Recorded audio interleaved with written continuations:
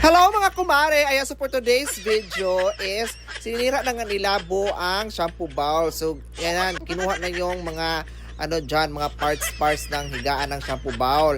Ayan, sobrang sipag talaga nila Ayan, tingnan nyo nangyari ginuba-guba na niya.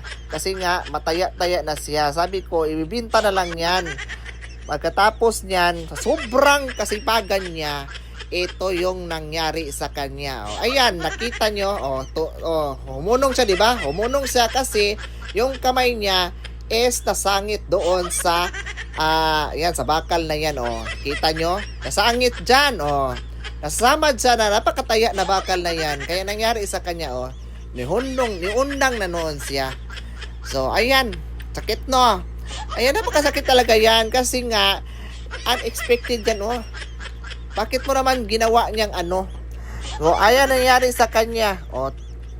Umutong na siya dyan. Kasi nga, napakasakit niyan. Kasi nga, napanit yung kamay niya. Tatlong daliri niya ang nasamad dyan. Napakasakit niyan. Kasi tapos, napakataya pa dyan.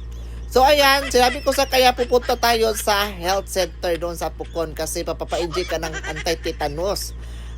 Kasi nga natatakot ako baka gumahi na yung panga mo kasi nga natitetanus ka na. So ayan, so papunta na kami ng Apocon, Barangay Apocon.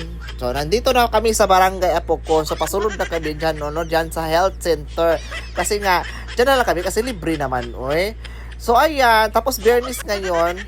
So dyan, papunta kami, pasulod na kami dyan. Tapos si Labo, ano nangyayari sa kanya? Nagagahi na siya kasi natatakot siya sa dagom, So ayan, so punta na kami, pasulod na kami. Kaso lang, wala na yung nurse, tapos yung doktor, tapos kasi magbe-virtual pa.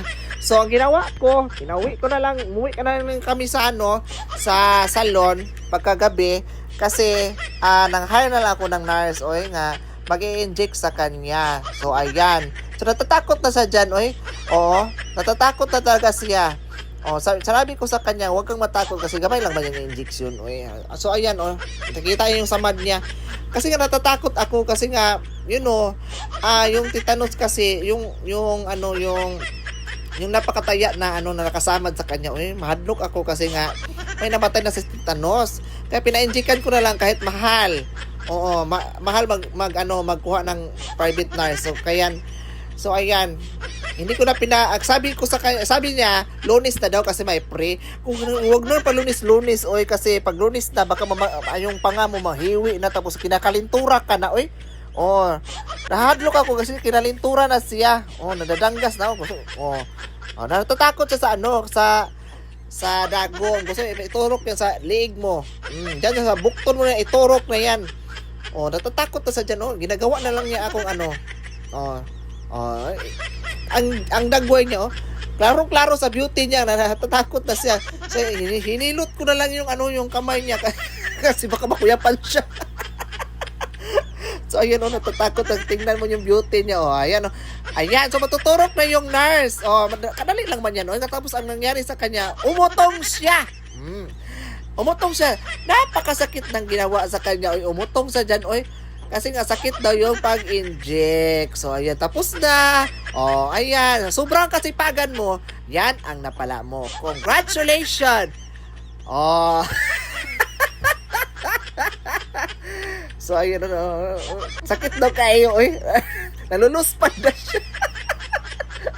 Yung beauty niya, hindi na may tsura yung mukha yun.